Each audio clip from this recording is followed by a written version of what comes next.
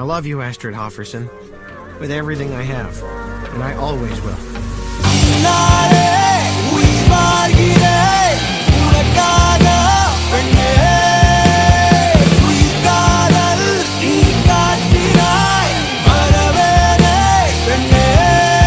இதுவரை உன்னுடன் வாழ்ந்த நாட்கள் மறுமுறை வாழ்ந்திட வழி இல்லையா? இருடனில் தேடிய தேடுகள் எல்லாம் விடியலை காணும் விதி இல்லையா?